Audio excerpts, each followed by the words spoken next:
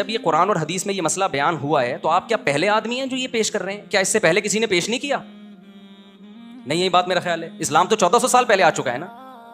तो बजाय अपनी तहकीक लाने के, जो तहकीक 1400 साल से चली आ रही है, जो रिटर्न फॉर्म में आ चुकी है और इस्लामी हुकूमतें उस पर चली हैं, उसको क्यों पेश नहीं करते आप? मैं समझा पा रहा हूं अपनी बात? जब इस्लामी हुकूमतें दुनिया में गई हैं, आज मुझे बताओ, रिटर्न फॉर्म के बगैर कोई कानून जब तक रिटर्न में ना हो, कोई अदालत चल सकती है? अरे बोलते क्यों नहीं मेरे भाई? देखो मुझे एक बात बताओ, पाकिस्तान का कानून है, कोई भी लॉ है, कोई भी जज के पास एक केस गया, जज खुद ही इज्तिहाद कर रहा है बैठ के। एक दो जज चल जाएंगे, पूरा मुल्क इस पे नहीं चलेगा। जज को किताब दी जाती है, लॉ लिखा हुआ है, असेंबली में पास हुआ है, सेनेट में पास होके गया है, असेंबली में ये लिखा हुआ है, ये सुप्रीम कोर्ट का फैसला है, आप इसी के पाबंद हैं। क्या ख्याल है, ऐसा ही है कि नहीं? अब जज वो कहे कि मैं अंधी तकलीद नहीं करता, मुझे तो इंसाफ देना है, मुझे लगता है कि ये इस तरह से इंसाफ मिलेगा, इस पे इतना जुर्माना डाला जाए, तो गवर्नमेंट जजों को क्या कहेगी? गवर्नमेंट कहेगी आप पे हम नहीं छोड़ सकते, ये काम पहले हो चुका है। जब अंग्रेज आया बरतानिया में तो रिटर्न फॉर्म में लॉ देके गया ना। क्या ख्याल है भाई? तो भाई या तो उसको फॉलो करो या इस्लामी लॉ को फॉलो करो। इस्लामी लॉ भी रिटर्न फॉर्म में पहले से मौजूद है, हम कोई अब थोड़ी पैदा हुए हैं। पहले हमारी बनु उमैया की हुकूमत थी, फिर बनु अब्बास की हुकूमत थी, उंदलुस में खिलाफत थी, फिर हमारी हुकूमत थी खिलाफत उस्मानिया, और फिर हिंदुस्तान में हमने 1000 साल हुकूमत की है। तो क्या घास खा रहे थे हम लोग वहां बैठ के? क्या हो गया मेरे भाई? क्या कोई रिटर्न में लॉ था ही नहीं हमारे पास? तो नए नए जो स्कॉलर्स आ रहे हैं, वो अक्सर सुना होगा ये फुकहा ने गलत लिखा है, ये फुकहा ने गलत लिखा है। असल में वो पता क्या कह रहे होते हैं, ये जो इस्लामी लॉ रिटर्न फॉर्म में आ रहा है ना सदियों से, ये गलत है, ये कुरान और सुन्नत के खिलाफ है। तो वो कुरान और सुन्नत के खिलाफ नहीं होता, इनको अपनी एक नई राय मार्केट में लानी होती है। मैं एक मिसाल देके आगे चलता हूं। देखो कुरान मजीद में अल्लाह ताला ने 3 आयतें एक ही मकाम पे फरमाई, वमन लम यहकुम बिमा अंज़लल्लाहु फउलाइका हुमुल काफिरून, जो अल्लाह के हुक्म के मुताबिक फैसला नहीं करता यही लोग काफिर हैं। दूसरी आयत इसी रुकू में, वमन लम यहकुम बिमा अंज़लल्लाहु फउलाइका हुमुल फासिकून, जो लोग अल्लाह के हुक्म के मुताबिक फैसला नहीं करते यही लोग फासिक हैं। तीसरी आयत इसी रुकू में, वमन लम यहकुम बिमा अंज़लल्लाहु फउलाइका हुमुज़ ज़ालिमून, जो अल्लाह के हुक्म के मुताबिक फैसला नहीं करता यही लोग क्या हैं? जालिम हैं। अल्लाह ने जालिम भी कहा, फासिक भी कहा, काफिर भी कहा। अब मैं एक स्कॉलर को सुन रहा था, उन्होंने कहा कि हमारी अदालतें अल्लाह के हुक्म के मुताबिक फैसला नहीं करती हैं, तो अंग्रेजों के लॉ को चलती हैं, लिहाजा ये सब क्या है? काफिर है ना। कुरान फतवा दे रहा है फउलाइका हुमुल काफिरून। थोड़े बहुत मुसलमान जन्नत में जा रहे थे, वो भी कहां चले गए? अच्छा, फिर जो काफिर को काफिर ना माने वो भी क्या होता है? काफिर होता है ना। देखो इमाम हनीफा का कौल है, मशहूर कौल है कि कोई शख्स नबूवत का दावा करे नबी के बाद, कोई उसके पास तहकीक के लिए जाए ना कि ये नबी है या नहीं, तो तहकीक के लिए जाने वाला भी काफिर है। वजह उसकी है कि खत्म नबूवत में शक क्यों हो रहा है उसको? खत्म नबूवत का अकीदा तो तवातुर से साबित है ना। इसी वजह से उलमा का फतवा है कि जो कादियानी को काफिर नहीं समझते वो भी क्या है? हाँ, कोई इस बेस पे ना समझ रहा हो कि उसको कादियानी के अकायद नहीं पता, लेकिन जब अकीदा पता है कि वो मिर्जा गुलाम अहमद मलऊन को पैगंबर समझते हैं, नबी का जानशीन और वारिस समझते हैं, इसके बाद भी उनको कोई काफिर नहीं कहता, इसका मतलब वो उनके नजरिया से मुत्तफिक हो गया ना। अब ये आयत आजकल के स्कॉलर्स बहुत पढ़ रहे हैं, मार्केट में आ रही है ना हर चीज, कि जो ये जजेस हैं हमारे, जो हमारे हुक्मरान हैं, ये कुरान और सुन्नत पे फैसला नहीं करते और वाकई नहीं करते, इसमें कि दो राय हो नहीं सकती हैं, लिहाजा ये सब क्या हैं? काफिर हैं। और जो मौलवी इनके खिलाफ आवाज़ नहीं उठाते वो भी क्या हैं? जो इनको मुसलमान समझते हैं वो भी क्या हैं? लोग कह रहे हैं, मैं नहीं कह रहा भाई, वो भी क्या हैं? काफिर हैं। अब उलमा इसका क्या जवाब देते हैं? भाई ये आयत आज नाजिल नहीं हुई है, ये जब नबी के दौर में नाजिल हुई थी उस वक्त क्या तशरीह की गई थी इसकी? सहाबा, ताबिईन, अइम्मा अरबा और जो इस्लामी लॉ मुरतब हुआ है उसमें उसकी क्या तशरीह थी?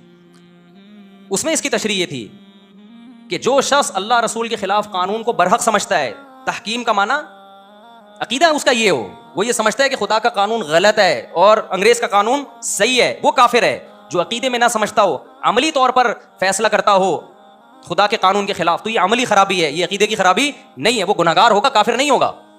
अब जज जो अदालतों में कुरान और सुन्नत के खिलाफ फैसला करते हैं, अगर जज का ये अकीदा है और जज को पता भी है कि कुरान और सुन्नत के खिलाफ फैसला करना ये गलत चीज है, लेकिन मैं इसलिए कर रहा हूं कि मैं हुकूमत के कानून का पाबंद हूं, तो वो काफिर नहीं हो सकता वो, क्योंकि कुरान में, हदीसों में ये मजमून बहुत है कि नबी सल्लल्लाहु अलैहि वसल्लम ने बड़े गुनहगार को भी मजाजन काफिर कहा है। नबी सल्लल्लाहु अलैहि वसल्लम ने फरमाया, ला ईमान लिमन ला अहद लहू, जो मुआहिदा करके पूरा नहीं करता उसमें सिरे से ईमान है ही नहीं। तो मुसलमान तो कितने मुआहिदा तोड़ रहे हैं, जिसका मतलब सारे क्या हो गए? बोलते क्यों नहीं मेरे भाई? काफिर हो गए ना। पहले ही जन्नत में शॉर्टेज चल रही है जाने वालों की, जो थोड़े से बच्चे थे वो भी क्या कर दिया आपने, इस्लाम से खारिज कर दिए। लेकिन जिसने प्रॉपर वे में फ़िक़्ह पढ़ा हो, इस्लामी कानून पढ़ा हो, प्रॉपर वे में हदीसें पढ़ी हों, तो इस पे फ़ुक़हा डिस्कशन करते हैं कि कुरान और सुन्नत में कुफ्र का लफ्ज़ दो किस्म के कुफ्र में इस्तेमाल हुआ है, एक कुफ्र अकबर और एक कुफ्र असगर। जैसे शिर्क की दो किस्में, शिर्क अकबर, शिर्क असगर। रिया करना भी शिर्क है, आप किसी को दिखाने के लिए नमाज पढ़ रहे हो, ये भी शिर्क है, लेकिन ये वो वाला शिर्क नहीं है जिससे आपका निगाह टूट जाए, आप हमेशा जहन्नम में जलो, इसको शिर्क असगर कहते हैं। नबी सल्लल्लाहु अलैहि वसल्लम ने फरमाया, मन तरका सलाता मुतअम्मिदन फ़क़द कफ़र, जिसने जान के नमाज छोड़ दी वो उसने कुफ्र किया, वो काफिर हो गया। तो क्या मतलब, फिर तो जो एक नमाज छोड़ेगा जब वो काफिर हुआ तो उसकी बीवी का निकाह भी खत्म हो गया कि नहीं हो गया? मुसलमान और गैर मुस्लिम का तो निकाह होता ही नहीं है। नबी ने फरमाया, जो शख्स पेट भर के खाए पड़ोसी भूखा सोए वो मोमिन नहीं है, और 3 दफा फरमाया नहीं है नहीं है नहीं है। जब मोमिन नहीं है तो फिर क्या रह गया पीछे? बोलने पर गवर्नमेंट ने पाबंदी लगाई है तो नहीं बोलो मेरे भाई। जब मोमिन नहीं है, नबी ने 3 दफा कह दिया, जो खुद पेट भर के खाता है पड़ोसी भूखा सोता है वो मोमिन नहीं है नहीं है नहीं है, तो क्या है फिर? वो काफिर है ना। तो इसका मतलब सारे क्या हो गए? तो उलमा ने इसकी एक्सप्लेन किया है। हदीस में आता है कि जो मेरे बाद आपस में कुफ्र मत करना, लड़ना मत। क्या मतलब? मुसलमानों का आपस में लड़ना क्या है? कुफ्र है। हदीस से पता चलता है ना, काफिर मत बन जाना कि गर्दनें मारने लगो एक दूसरे की। लेकिन कुरान क्या कहता है? वइन ताइफतानि मिनल मुमिनीन क़ततलू, मोमिनीन की 2 जमातें आपस में लड़ पड़े तो उनमें सुलह करवाओ। दोनों जमातें लड़ के एक दूसरे की गर्दनें मार रहे हैं और कुरान उनको क्या कह रहा है? मोमिन कह रहा है कि नहीं कह रहा? इससे पता चलता है कि हदीस में जो काफिर का लफ्ज आया है वो कुफ्रुन दूना कुफ्रिन है, छोटा काफिर। वो काफिर जिससे इंसान इस्लाम से खारिज हो जाता है, वो वाला काफिर यहां मुराद नहीं है। तो प्रॉपर वे में जब इल्म हासिल होता है तो कुफ्र के फतवे एहतियात से लगते हैं। एक स्कॉलर तकरीर कर रहे थे कि वमन लम यहकुम बिमा अंज़लल्लाहु फउलाइका हुमुल काफिरून, जो कुरान पे फैसला न करे वो काफिर है। और कह रहे थे कि मौलवियों से फतवा मत लो, जब कुरान कह रहे हैं कि वो काफिर है तो मौलवियों के पास क्यों जाते हो? समझ में आ रही है बात? तो जिन्होंने मुझसे ये कहा ना, ये स्कॉलर का कॉल पेश किया और वो भी उसमें डटे हुए थे कि सारे काफिर हैं। मैंने कहा मुझे बताओ, कबाइली इलाकों में जब आप लोग, वो पठान थे और वजीरिस्तान के, मैंने कहा कबाइली इलाकों में जब आप लोग के झगड़े होते हैं तो जो जरगा से फैसला करवाते हो, क्या वो हमेशा शरीयत के मुताबिक होता है? कभी शरीयत के मुताबिक भी होता है और कभी शरीयत के खिलाफ भी होता है। तो क्या वो सरदार काफिर हो गए? सऊदी अरब की अदालतों में क्या हर फैसला शरीयत के मुताबिक हो रहा है? हर फैसला क्या शरीयत के मुताबिक हो रहा है?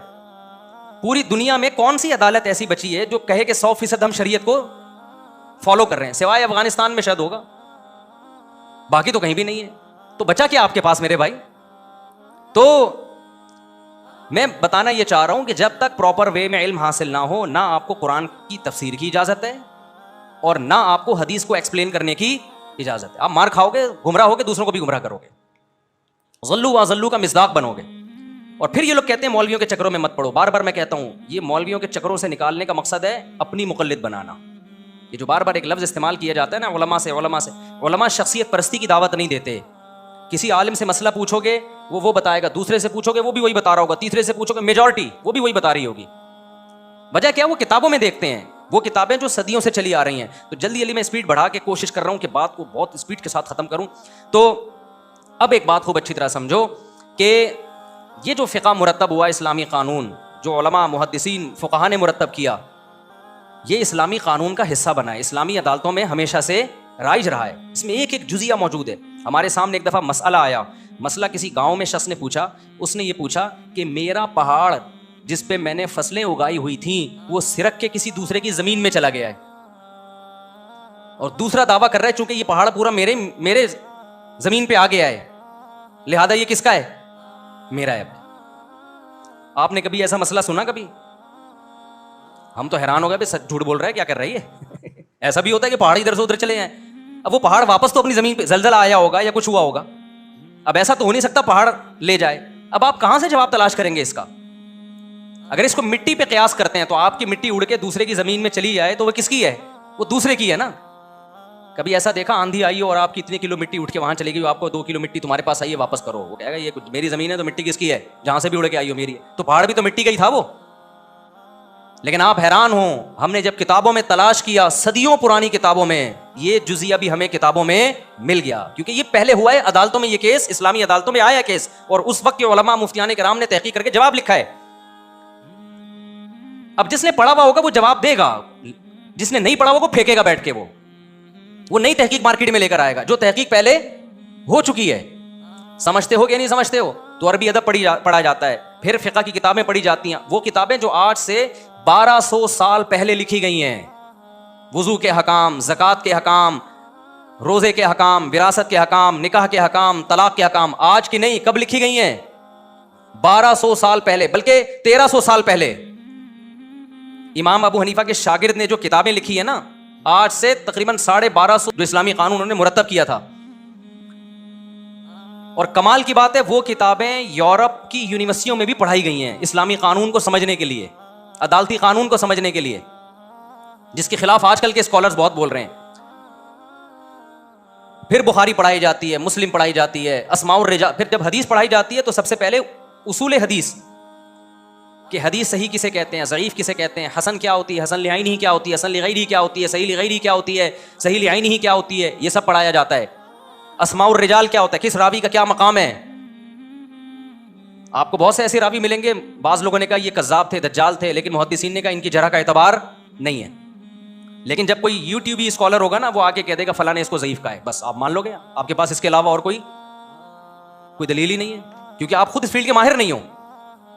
लेकिन जो उसूल हदीस को जानता होगा उसे पता होगा कि भाई ये कौल मोतबर नहीं है, किसी का इस रावी को सिक़ा कह देने का कोई एतबार नहीं है, किसी का इसको ज़ईफ़ कह देने का कोई एतबार नहीं है। मुरसल हदीस हुज्जत होती है कि नहीं होती? आज इतने बड़े बड़े फेंकू हैं, एक हदीस है मुरसल है, एक साहब ने कहा मुरसल हदीस बिल इत्तिफाक ज़ईफ़ होती है। मुरसल कहते हैं कि ताबीई डायरेक्ट नबी से बयान कर दे, सहाबी का वास्ता हज़फ कर दे, कई बिल इत्तिफाक। लोग कह रहे हैं ज़ईफ़ हदीस है, कुछ भी पता नहीं है, ना अलिफ का, ना बा का, ना ता का, फेंकते रहो बैठ के, यूट्यूब की दुनिया में फेंकते रहो, और लोग बैठे हुए लपेटने के लिए।